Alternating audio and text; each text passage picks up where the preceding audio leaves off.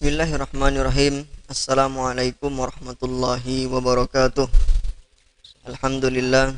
Salatu wassalamu ala rasulillah wa ala alihi wa sahbihi ajma'in. Amma ba'du.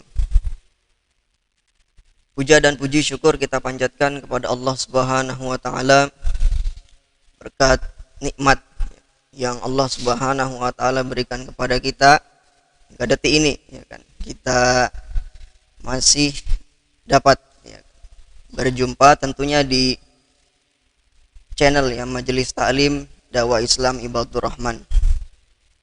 Salawat dan salam juga tak lupa kita sampaikan kepada Nabi kita, Nabi besar Muhammad sallallahu alaihi wasallam, pada para sahabat, tabi'in, tabi'ut tabi'in, dan juga pada orang-orang yang senantiasa istiqomah mengikuti jalan beliau hingga hari kiamat kelak. Pemirsa budiman dimanapun Anda berada, alhamdulillahirabbil alamin, hari ini Majelis Ta'lim dan Dakwah Islam Ibadur Rahman kembali hadir di layar kaca pemirsa sekalian, tentunya dalam rangka menyampaikan dakwah Islam. Dan hari ini kita akan mengangkat tema dari sebuah buku Jadi yang kita angkat ini adalah judul buku. Judulnya itu adalah apa? Pesanmu untukku, pesan cinta untuk pemuda. Dan alhamdulillahirabbil alamin, ini telah hadir di tengah-tengah kita Ustadz Yusuf SPD IMPD. Beliau adalah penulis dari buku yang judulnya Apa Pesanmu Untukku, pesan cinta untuk pemuda. Langsung saja kita sapa beliau. Assalamualaikum warahmatullahi wabarakatuh, Ustaz Yusuf. Waalaikumsalam warahmatullahi wabarakatuh. Apa kabar, Ustaz? Alhamdulillah baik. Oke. Ustaz, hari ini Majelis Taklim dan Dakwah Islam Ibadur Rahman ini mengangkat tema dari buku yang beberapa waktu lalu sudah Ustaz tulis. Judulnya adalah Apa Pesanmu Untukku, pesan cinta untuk pemuda. Nampaknya kalau kita baca ini memang pesan yang ada atau isi dari buku ini memang ditujukan untuk para pemuda. Sedikit saya tanya di awal, apa sih alasan menulis buku Apa Pesanmu Untukku? Baik, bismillahirrahmanirrahim. Assalamualaikum warahmatullahi wabarakatuh. Waalaikumsalam warahmatullahi wabarakatuh. Alhamdulillah kita bisa berjumpa di layar kaca live streaming YouTube Majelis Taklim Ibadur Rahman. Segala puji bagi Allah, salawat dan salam kepada baginda Nabi Muhammad sallallahu alaihi wasallam. Baik, pemirsa yang budiman, sebagaimana yang ditanyakan host, apa alasan saya, latar belakang saya menulis buku ini, tidak lain tidak bukan adalah karena dorongan yang pertama, dorongan akidah, bahwa khairun nas anfa'uhum linnas, sebaik-baik manusia adalah yang bermanfaat untuk manusia yang lainnya. Itu di dalam hadis disebutkan seperti itu. Nah, pada dasarnya buku ini saya tulis karena kepedulian saya terhadap pemuda. Kita lihat pemuda ini kan, kata Haji Roma Irama, katanya darah muda, darahnya para pemuda. Nah, kalau kita lihat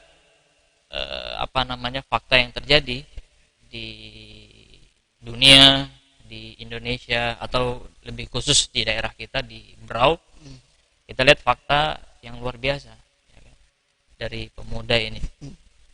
Kita lihat dari lingkup dunia dulu, kita lihat pemudanya seperti apa. Kerusakan juga terjadi di mana-mana di kehidupan pemuda, narkoba, kemudian pergaulan bebas dan sebagainya. Terakhir kita dengar ada berita seorang pemuda yang dia mengambil doktornya di Inggris ya. Inggris. Tepatnya di Manchester. Nah, ini biasanya kalau kita dengar Manchester itu kan pemain bola. Ini pemain apa ini? Reinhardt. Itu yang saya kira viral kasus ini dibicarakan. Saya membaca di BBC News Inggris bahwa ada 160 kasus, karena itu luar biasa sekali itu. Ya.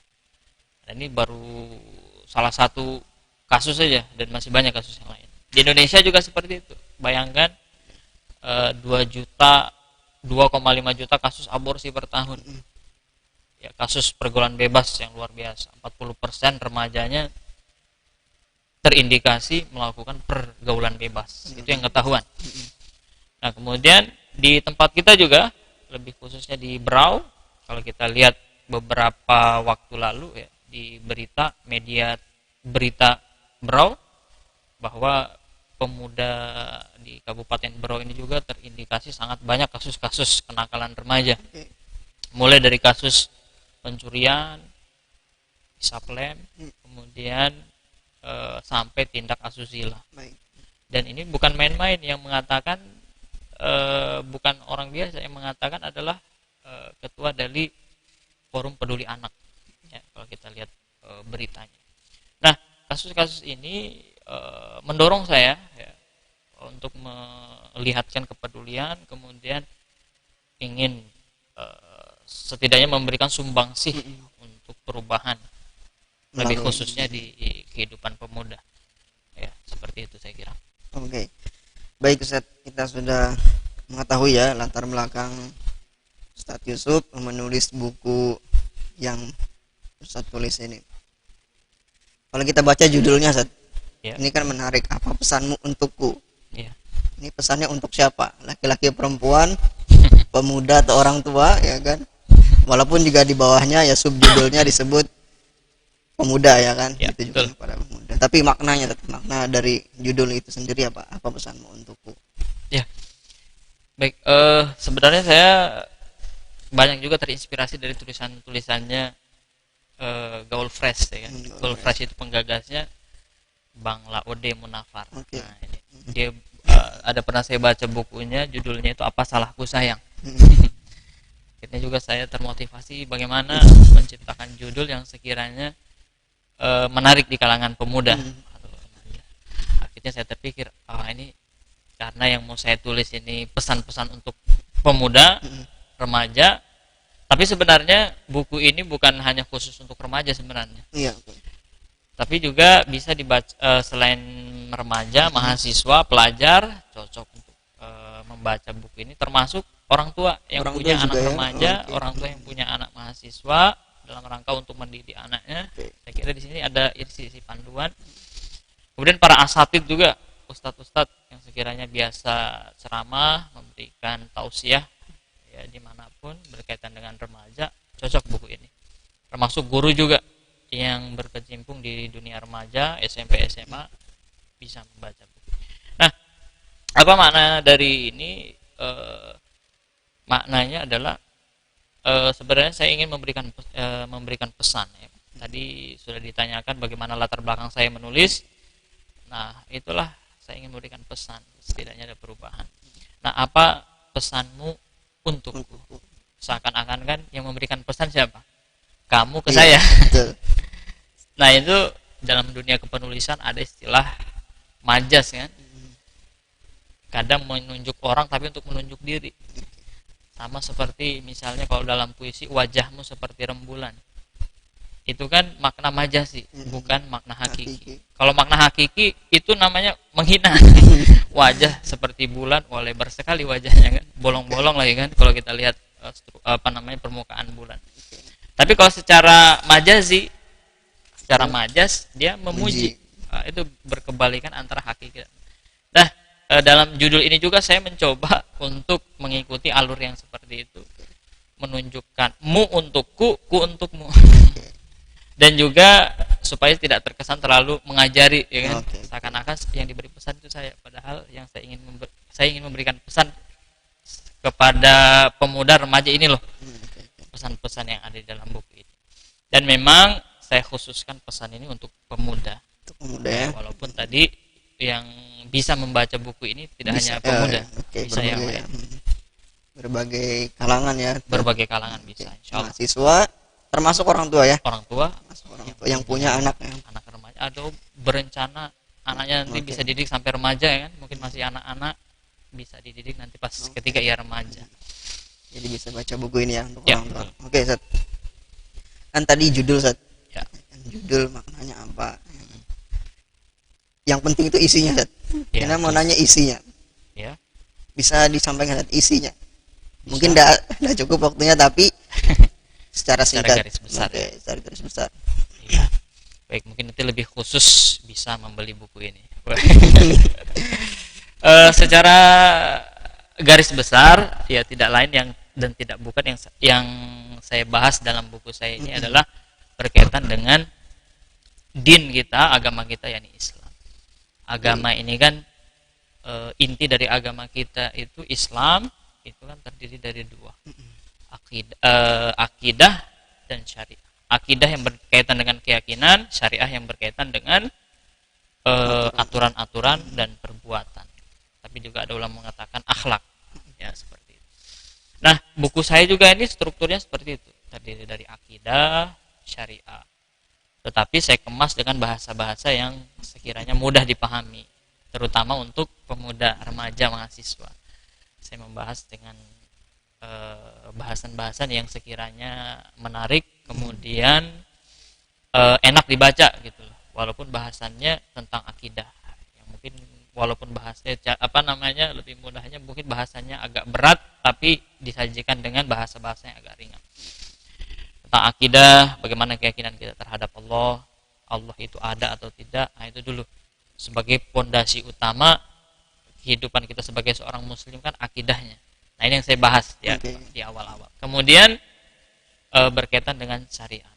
Ya, berkaitan dengan syariat ini kan yang saya bahas di sini bagaimana perbuatan, bagaimana membangun kepribadian mereka. Yang tadinya banyak terjadi kerusakan, misalnya kerusakan di bidang pergaulan, di bidang sosial. Nah ini bagaimana Islam menjawabnya. Nah itu saya bahas di situ. Bagaimana tentang pergaulan dalam Islam, kemudian nanti bagaimana kewajiban-kewajiban seorang muslim, remaja, kewajiban-kewajiban seperti apa, semua saya bahas di sini. Termasuk bagaimana mengatasi masalah-masalah remaja dalam pergaulan. Nah ini saya bahas. Misalnya nih, salah satu banyak yang terjadi di kalangan pemuda ya kan, istilah kita itu kan pacaran. Nah, bagaimana terhindar dari pacaran saya bahas di sini. Kemudian mengenai ya yang lainnya seperti apa, saya gambarkan aturan-aturan Islam itu seperti apa. Nah ini ada di buku ini. Oke. Bagaimana Islam memberikan solusi ya? Ya, solusi di bidang sosial, terutama terkhusus di bidang pergaulan. Jadi itu gak garis besarnya. Ya, kalau mau tahu lebih dalam mungkin barangkali harus beli ya, Seth? Boleh, nanti silahkan dihubungi. Ya, kalau tadi kan Ustadz menyampaikan di awal mengenai alasan kenapa Ustadz menulis buku, betul. Buku yang Ustadz tulis ini, melihat fenomena ya kan pergaulan bebas di kalangan remaja, kemudian juga LGBT, ya kan. Salah satu kasusnya adalah Reinhardt, itu dia gay ya, yang perkosa banyak laki. Kalau kita teliti Ustaz, apa sebab dari semua itu? Kenapa remaja itu melakukan pergaulan bebas? Kenapa sampai terpapar LGBT? Ya, saya melihatnya begini ya. Jadi setidaknya ada 3 poin yang ingin saya sampaikan masalah ini. Yang pertama adalah apa yang menjadi penyebabnya. Yang pertama itu faktor individu. Nah ini salah satu faktor yang terbesar ya, faktor individunya. Contoh kasus Reinhardt. Nah itu kan, ini kita harus lihat ada 2 individu di sini, ya kan? Pelakunya Reinhardt, ya kan? Nah itu kan dia apa namanya, dia punya pribadi, dia punya masalah dalam kehidupannya barangkali ya kan, dia juga mungkin punya latar belakang kehidupan sehingga membuat dia seperti itu. Yang kedua, pelaku kemudian korban. Kalau kita lihat di kasusnya Reinhardt itu kan, korban-korbannya kan banyak pemuda-pemuda yang minum alkohol. Nah itu dia manfaatkan, dia kasih obat bius, ya kan, kemudian dia cari cara bagaimana bisa mengundang ke apartemennya dan seterusnya.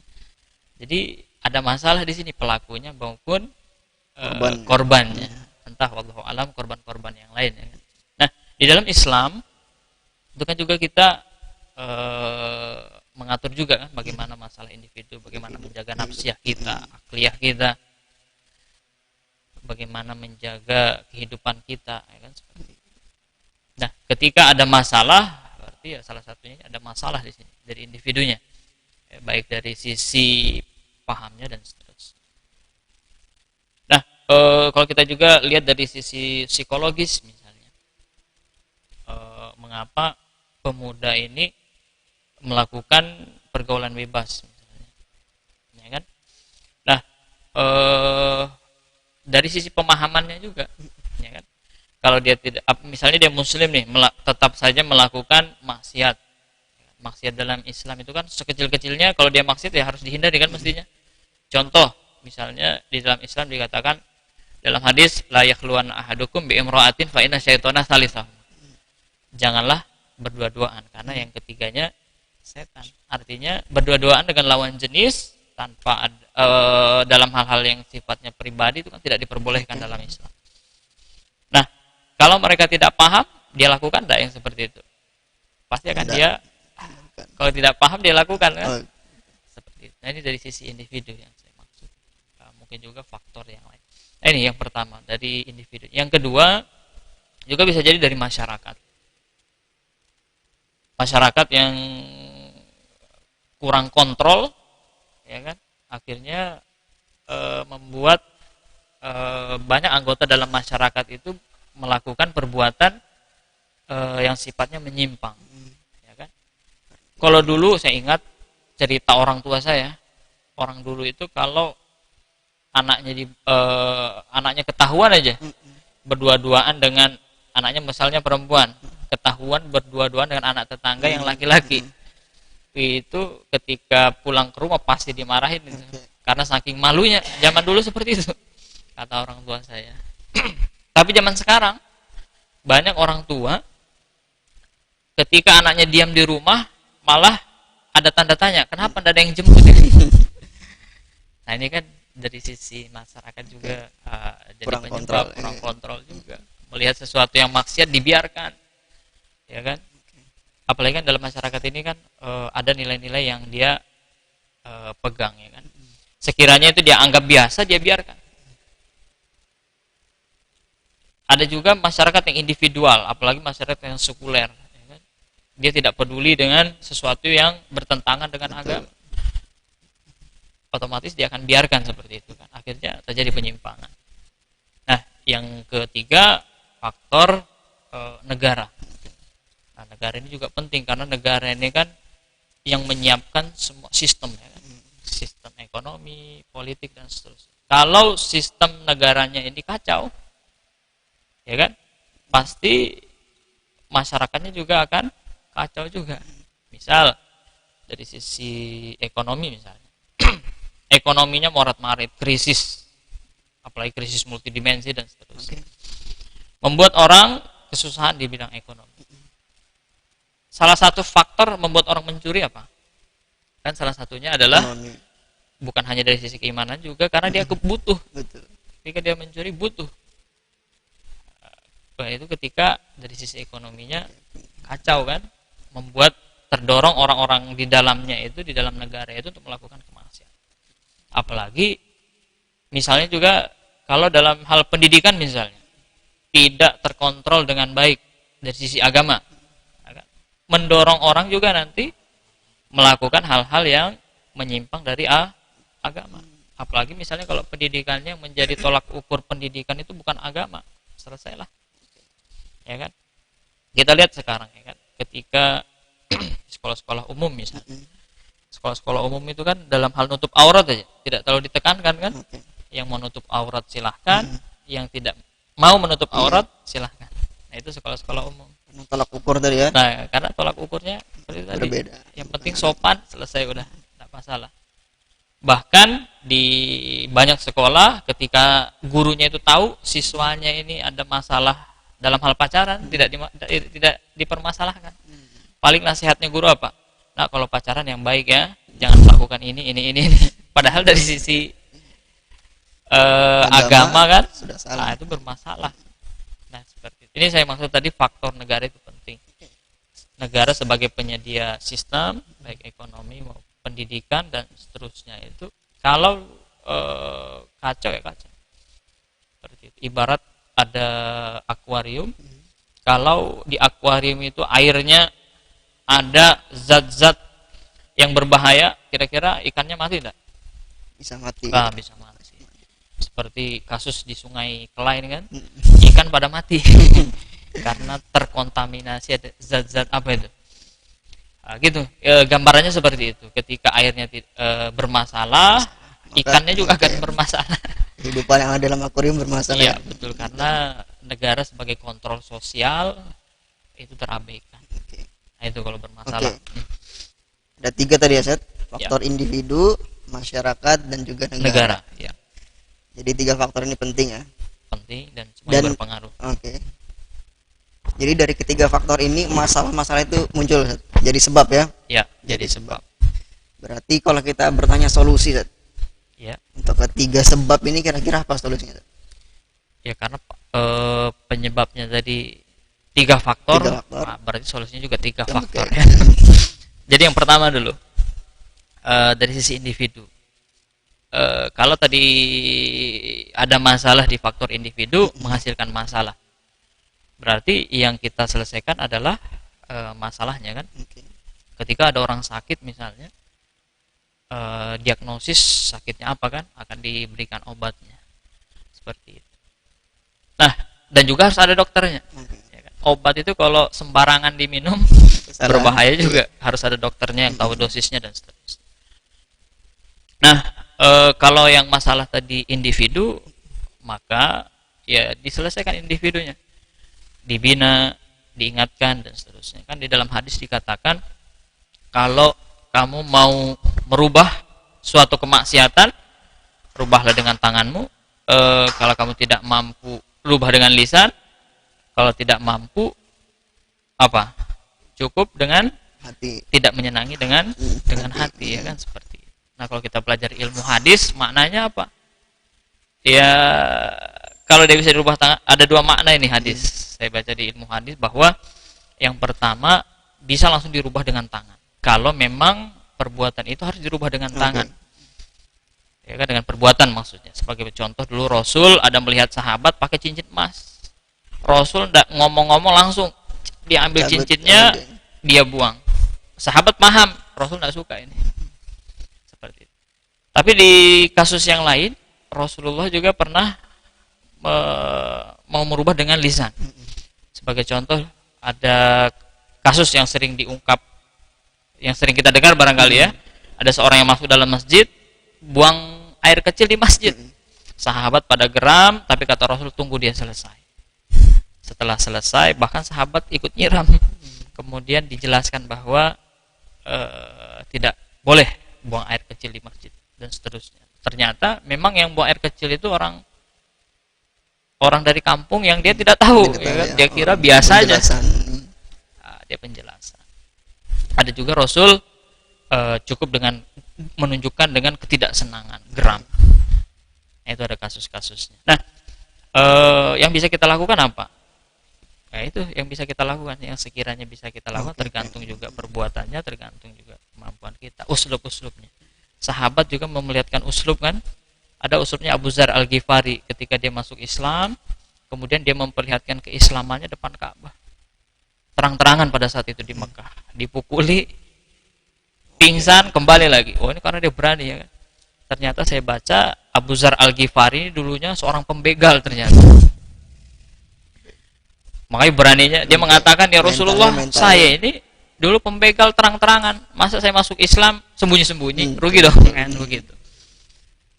Sama seperti Umar ketika mau hijrah, siapa berani menghalangi saya hijrah, akan saya penggal lehernya dan seterusnya. Itu kalau punya kekuatan seperti itu, atau punya uslub lain, kita ajak dia kajian dan seterusnya. Ini kalau individunya itu kita pahamkan. Ya, karena orang berbuat itu karena pemahamannya. Dia mengatakan itu tidak masalah, dia lakukan. Tapi kalau dia katakan itu masalah buat dia pasti akan mikir-mikir. Tergantung situasi kadang. Tapi kalau pahamnya terisi dengan pemahaman Islam, apa yang diharamkan Islam dia akan tinggalkan. Nah, ini butuh penjelasan, diingatkan dan seterusnya. Nah, kemudian yang kedua, masyarakat. Nah, ini kontrol juga perlu. Dan kontrol di masyarakat ini tergantung nilai yang diyakini dalam masyarakat. Kalau nilai-nilai sekularisme memisahkan agama yang menjadi nilai yang diyakini dalam masyarakat, maka harap agama bisa agama nanti dulu. Tetapi begitu nilai yang diyakini masyarakat ini adalah nilai-nilai Islam dengan faktor yang ketiga, yaitu faktor negara. Ketika negaranya menjadikan Islam sebagai standar berpikir, standar berbuat, maka apa yang dilarang oleh Islam akan ditinggalkan. Negara akan melarangnya. Ya kan? Dulu di zaman Islam kalau ada orang yang berbuat zina misalnya, ya kan? Itu kan apa hukumannya? Ada muhson, ada goiru muhson. Kalau dia sudah nikah, kalau dia terbukti mendatangkan 4 saksi dan ternyata terbukti, dan dia akan dirajam oleh negara. Sampai mati ya dirajam. Seperti itu, oleh negara. Kemudian kalau dia belum menikah berbuat zina, kena hukum cambuk. Kan seperti itu. Ini fungsi negara itu seperti itu, memberikan hukuman semestinya. Cuman sayangnya banyak dari hukum-hukum kisos, jinayat itu, nah ini belum menjadi hukum positif negara. Nah, ini menjadi PR kita sebenarnya, gimana umat Islam ini mengambil hukum-hukum itu ya kan, agar menjadi hukum positif. Nah, itu ada perlu dakwah lagi ya kan seperti. Nah, ini jadi negara juga sangat penting. Negara inilah nanti yang menerapkan sistem. Ya kan? Kalau dia mengambil hukum-hukum yang sifatnya liberal, sekuler, itulah yang berlaku di masyarakat. Tapi kalau yang dia ambil ini agama Islam, maka yang berlaku di masyarakat itu adalah Islam. Karena sifat negara ini kan dalam sistem tata negara ini kan sistemnya memaksa dia. Memaksa dalam arti kalau ada yang berbuat pasti akan kena hukuman. Ya kan? Coba kita lihat sekarang. Misalnya, kalau ada orang jalan nih tidak pakai helm di depan kantor polisi, dirajia enggak? Dirajia. Tapi kalau ada orang perempuan tidak nutup aurat, tidak berkerudung, tapi pakai helm, dirajia tidak? Tidak dirajia kan? Nah, ini pentingnya hukum di sini. Negara juga berperan mestinya menjadi solusi. Seperti itu. Oke, kita sudah dengar yang banyak sekali penjelasan dan ilmu yang disampaikan oleh Ustadz Yusuf. Dari latar belakang, kenapa menulis buku, kemudian isi bukunya sendiri juga sudah disampaikan secara garis besar. Walaupun kita harus beli untuk tahu secara keseluruhan ya. Nanti kita bahas dan juga Islam sebagai solusi. Nah, ini penting untuk dipahami para remaja. Terima kasih sudah bisa ya menulis buku yang ditujukan untuk para pemuda, dan mudah-mudahan buku ini bisa menginspirasi ya kan, para pemuda yang ada di Indonesia secara umum maupun yang di Berau secara khusus.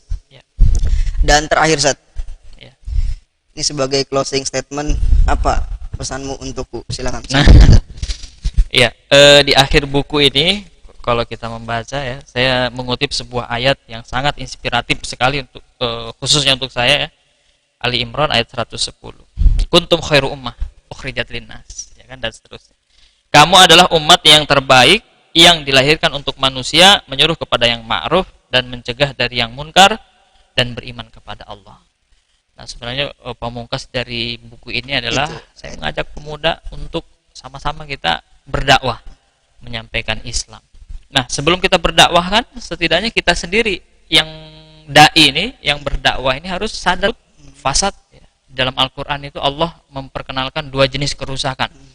Fasad di Ar-Rum ayat 41 dan musibah. Musibah itu kalau kita baca di Al-Baqarah 155 sampai 157 dijelaskan musibah di situ. Fasad ini kerusakan datangnya dari Allah tapi melalui tangan-tangan manusia. Bima kasabat aydinas liyudhiqahum ba'dallazi la'allahum yarji'un. Apa jenis fasad? Salah satunya adalah kerusakan-kerusakan di bidang sosial. Banyaknya kerusakan remaja, pergaulan bebas, ini bagian dari kerusakan. Dan di dalam ayat ini dikatakan bahwa supaya apa? Dikatakan agar kita itu rujuk ilal haq, kembali kepada kebenaran. Ar-Rum ayat 41. Nah, jadi ketika ada kerusakan baik tadi musibah maupun fasad, itu adalah Allah ingin menunjukkan bahwa kita itu harus taubat, harus kembali kepada aturan-aturan Allah Subhanahu wa taala. Nah, marilah kita kembali kepada Allah, kembali kepada aturan-aturan Allah baik dari sisi individu, masyarakat dan negara. Nah, makanya di dalam ayat dikatakan udkhulu fi silmi kafah, masuklah Islam secara kafah. Semoga saya pribadi termasuk hamba-hamba Allah yang senantiasa bertaubat, dan kita juga para pendengar termasuk hamba-hamba Allah yang bertobat juga. Barangkali itu yang bisa saya sampaikan. Terima kasih. Ya.